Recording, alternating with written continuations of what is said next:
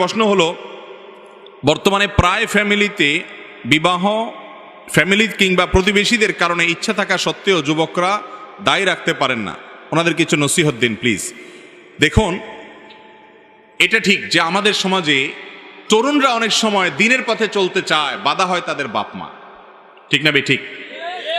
এর চাইতে বড় কপাল পোড়া বাপ মার কে হতে পারে, যেই বাপ মার ঘরে আল্লাহ রাব্বুল আলামিন এমন সন্তান দিয়েছেন যে সন্তান জান্নাতের দিকে যেতে চায়। যেখানে যুবকরা বুকে যাচ্ছে, নষ্ট হয়ে যাচ্ছে, সেখানে কিছু যুবক যদি জান্নাতে যেতে চায়, বাবা মা তো সেটাকে ওয়েলকাম করা উচিত।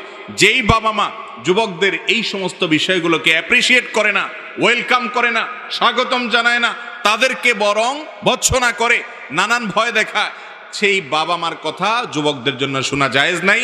আর এই বাবা মা যদি অন্যায় নির্দেশ করেন, কিয়ামতের ময়দানে অবশ্যই আল্লাহর আসামি হিসাবে, আল্লাহর কাঠগড়া আসামি হিসাবে তারা দাঁড়াবেন।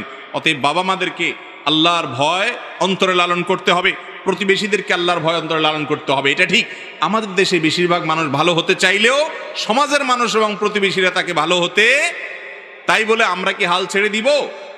আমাদের শেষটুকু পর্যন্ত শেষ সাধ্য অনুযায়ী চেষ্টা করতে হবে। আল্লাহ আমাদেরকে আমলের তৌফিক দান করুন।